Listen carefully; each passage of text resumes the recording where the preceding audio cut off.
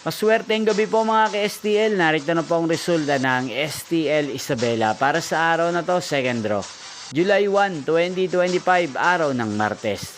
Naway ang mga natayaan nyo po mga numero kanina ay manalo nawa ngayong gabing ito, 7 PM. Kaya't kunin nyo na po ang inyong mga ticket. Narito na po ang resulta.